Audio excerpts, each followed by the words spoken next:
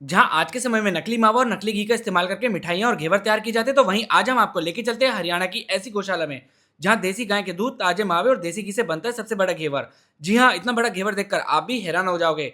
तो फटाफट से वीडियो को स्टार्ट करते हैं और आपको बताते हैं कि आखिर इतना बड़ा घेवर, वो भी इतने हाइजीनिक तरीके से, कैसे तैयार किया जाता है। तो घेवर बनाने की शुरुआत होती है सबसे पहले गाय का दूध निकालकर। लगभग बाल्टी भर के बारी बारी से सारी गायों को दूध निकालने के बाद उनको केन में पलटा जाता है और उसके बाद उन्हें ले जाया जाता है भट्टियों के ऊपर, जहां तैयार किया जाएगा मावा। तो बारी बारी से यहाँ सारी भट्टियों के ऊपर जो कढ़ाई लगी है उनमें दूध डालकर उन्हें काढ़ा जाएगा।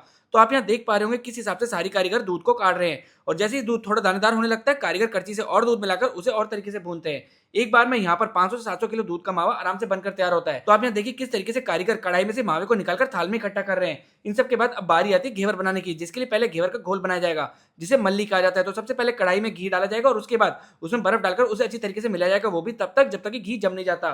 और फिर मैदा, पानी और दूध मिलाकर घेवर का घोल तैयार किया जाएगा। थोड़ी देर तक घोल को रखने के बाद उसे बाल्टी में ले लिया जाएगा और अब बारी आती है घेवर बनाने की। तो यहाँ पर करछी से घोल को देसी घी से भरी हुई कढ़ाई में तलकर घेवर बनाया जाएगा। और आप यहाँ देखिए किस हिसाब से कारीगर लगातार घोल को करछी में डाल रहे हैं। और इस पूरे प्रोसेस में लगभग 30 से 40 मिनट आराम से लगते हैं। जब घेवर पूरी तरीके से बनने लग जाते हैं तो करछी भर भर के देसी घी और डाला जाता है और उसके बाद घेवर को कढ़ाई से निकालकर ठंडा करने रख दिया जाता है। इन सब के बाद अब बारी आती है उस पर चाशनी डालने की। तो यहाँ पर बारी बारी से सारे घेवरों के ऊपर चाशनी डाली जाएगी और एक बार में यहाँ पर 6 से 7 घेवरों को स्टैंड में फिक्स करके उनके ऊपर चाशनी डाली जाती है। घंटे भर बाद घेवरों को बारी बारी से थाल में ले लिया जाता है और आप यहाँ देख पा रहे होंगे किस हिसाब से सारे घेवरों को थाल में इकट्ठा किया जा रहा है। और इन सब के बाद इनके ऊपर लगाया जाएगा मावा। जैसे ही मावा कढ़ाई में से निकलता है तो बारी बारी से सारे घेवरों के ऊपर इनका लेप किया जाता है और ऐसे ही उसे ठंडा होने के लिए खुले में रख दिया जाता है।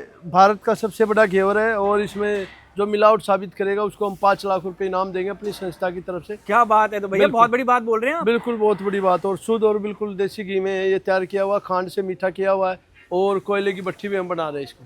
तो भैया देसी घी तो हर कोई इस्तेमाल करता है, पर आप जो बता रहे हैं वो कैसे और से डिफरेंट क्रिएट कर रहे हैं? ये इसलिए कर रहे हैं कि एक तो एक कोयले की भट्टी में बनता है, फिर जो वीटा घी है वो हरियाणा सरकार से अप्रूव्ड है। अच्छा। वो हाँ, उसके प्लांट लगे हुए हैं जो गाँव से दूध खरीदती है वीटा कंपनी, और तब वो घी क्रीम से तैयार करती है भैंस का। अच्छा। तो वो बिल्कुल शुद्ध है, हम खरीदते हैं तो घी भी शुद्ध है और हमारी खांड भी, और हम बनाते भी कोयले की भट्टी पे। मतलब आपका दावा है कि भैया हम बाजार से जो नकली घेवर मिल रहे हैं आज के समय में, उससे 100% प्योर, ओरिजिनल और शुद्ध घेवर प्रोवाइड करा रहे हैं। बिल्कुल बिल्कुल शुद्ध और 100% हमारा शुद्ध है और हाइजीनिक है। बिल्कुल आप खा सकते हैं और अच्छा लगे तो फिर लेके जा सकते हैं। क्या बात है! इसकी शेल्फ लाइफ है, जो मावे वाला है वो 48 घंटे तक रहता है। अच्छा। और जो सादा घेवर है वो काफ़ी दिन तक चल जाता है।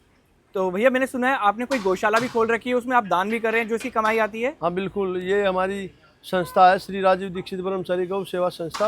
अच्छा। उसी के तहत हम कार्य कर रहे हैं 5 साल से। किसी को अगर जुड़ना हो या किसी को घेवर मंगाना, तो क्या किस माध्यम से आपसे संपर्क कर सकता है? वो गौशाला में आना होगा और यहीं पे आके वो घेवर ले सकते हैं और हमसे जुड़ सकते हैं।